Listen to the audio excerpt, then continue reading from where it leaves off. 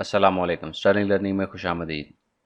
आज के इस लेक्चर में हम फिज़िक्स 10th की फर्स्ट चैप्टर की बात कर रहे हैं। लास्ट लेक्चर में हमने बात की थी, इसका पहला टॉपिक है सिंपल हार्मोनिक मोशन का, the motion of mass attach to a spring. इसकी मैंने पूरी डिटेल बात की थी। यहाँ पे हमारा लेक्चर 1 ख़त्म हुआ था।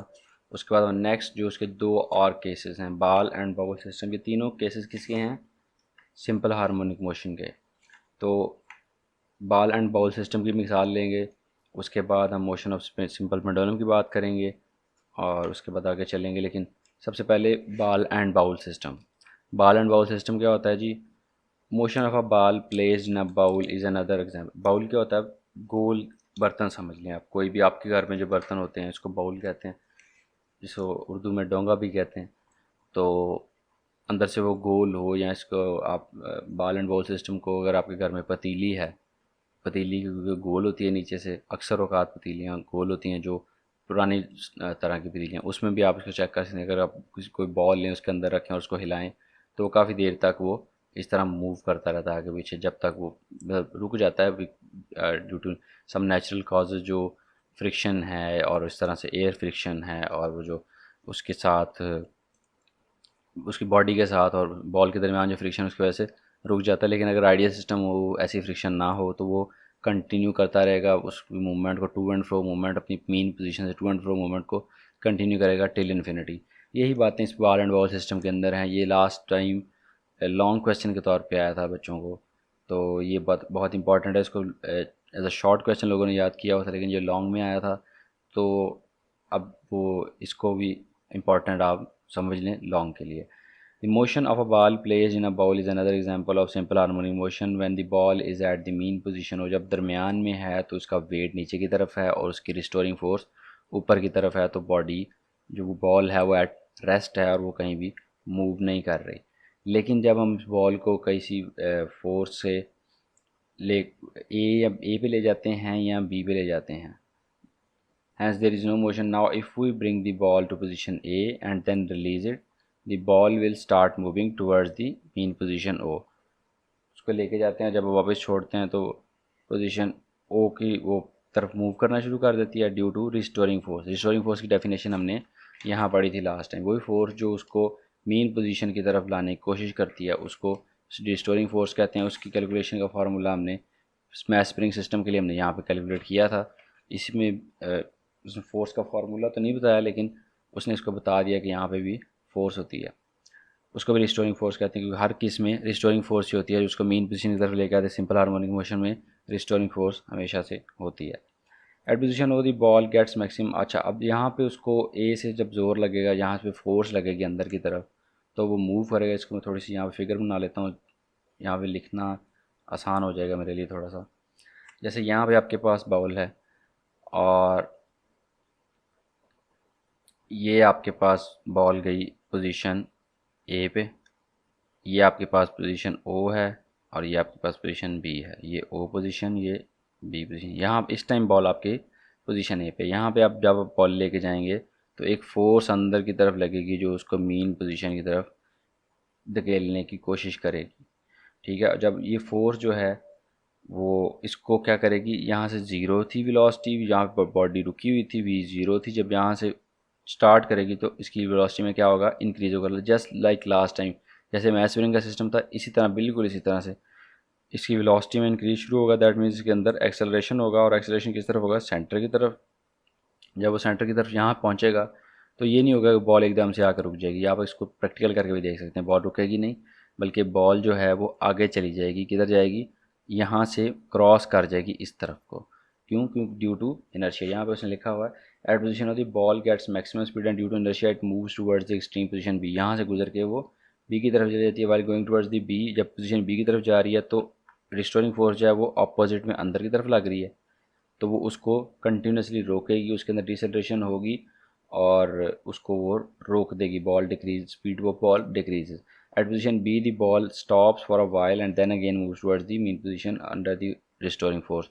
वो फिर वो उसे गुजरेगी और एक ही तरफ चली जाएगी, और ये to and fro motion continue करेगी। और ये भी एक एग्जांपल है मीन सिंपल हार्मोनिक मोशन की, क्योंकि उसमें सारी कंडीशंस फुलफिल हो रही हैं। Acceleration of the body moving is towards the mean position, the force acting on the body is towards the mean position, and at the center the velocity acceleration is 0 and velocity is maximum. At the top end velocities are zeros and accelerations are velocities are 0 and acceleration are maximum here. इसी तरह आपके पास ये बहुत आसान है, बहुत छोटा सा क्वेश्चन है। इसके साथ ही हम आज simple motion of a simple pendulum की बात करेंगे, जो सेकंड टॉपिक है, लास्ट टॉपिक है हमारा सिंपल हार्मोनिक मोशन। एग्जांपल्स में 3 एग्जांपल थी सिंपल हार्मोनिक मोशन। इसके बाद इसकी डेफिनेशंस हैं, जो रिक्वायर्ड डेफिनेशंस हैं आपकी किसी भी वेव मोशन के अंदर जो होती हैं, उसकी हम बात करेंगे बाद में। लेकिन अभी motion of a simple pendulum ये बहुत इंपॉर्टेंट है। ये वाला मोशन ऑफ सिंपल पेंडुलम और ये मैथ स्प्रिंग, ये पिछले सालों में यही अल्टरनेट करके लॉन्ग क्वेश्चन अक्सर औकात आ जाते थे, लेकिन इस दफ़ा ये भी लॉन्ग आ गया, तो मतलब ये तीनों लॉन्ग के लिए बहुत इंपॉर्टेंट हो गए। अच्छा, अब देखें simple pendulum also exhibit simple harmonic. Simple pendulum क्या होता है जी? कोई भी रस्सी से अगर कोई चीज़ बांध लें, पत्थर बांध लें, ये रस्सी है एक पॉइंट पर लगी हुई है, इसको मैंने नीचे यहाँ पे मैं कोई चीज़ बांध देता हूँ, तो ये क्या बन गया मेरे पास? पेंडुलम बन गया। अब इस बॉल को मैं पकड़ के अगर किसी भी साइड पे ले जाता हूँ, फॉर एग्ज़ाम्पल इसकी एक पोजीशन में मैं इस तरफ ले जाऊँ इसको,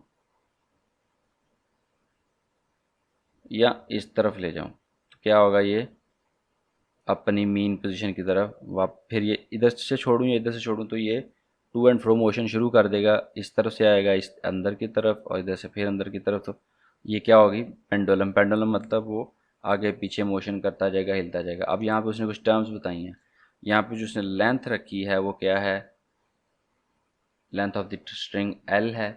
इसके अंदर जो टेंशन है वो उसने T का नाम दिया है उसको, और उसके बाद इसका जो वेट है वो W is equal to M G, हमेशा weight W is equal to M G ही होता है वो। और डाउनवर्ड की और जो टेंशन है वो अपवर्ड है, तो tension and weight are cancelling the effect of each other, that is why the ball is not neither moving upward और नाइदर मूविंग डाउनवर्ड।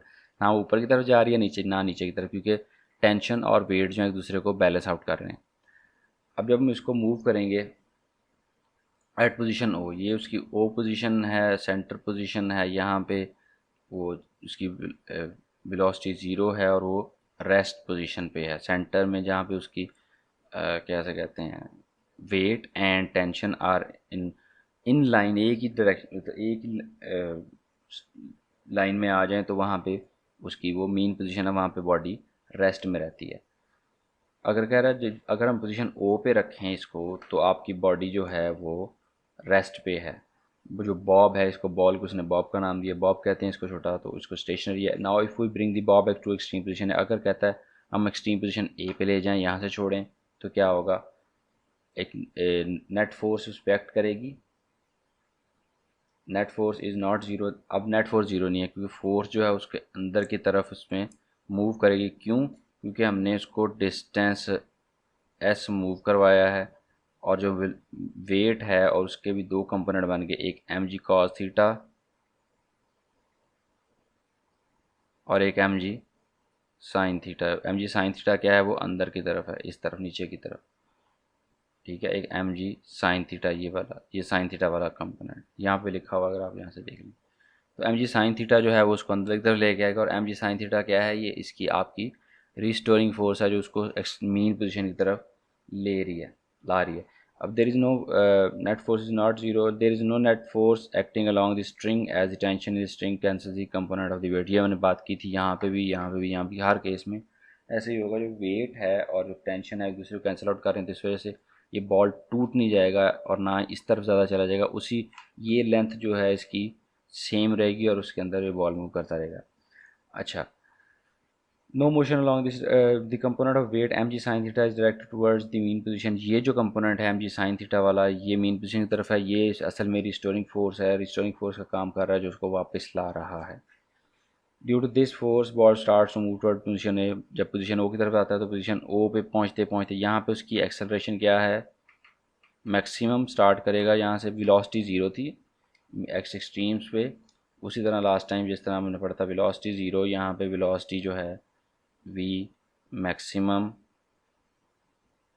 और यहाँ पे फिर v ज़ीरो, यहाँ पे ए ज़ीरो और यहाँ पे एफ़ लगेगा, लग रहा है यहाँ पे भी एफ़ लग रहा है, लेकिन अंदर की तरफ दोनों केसेस में।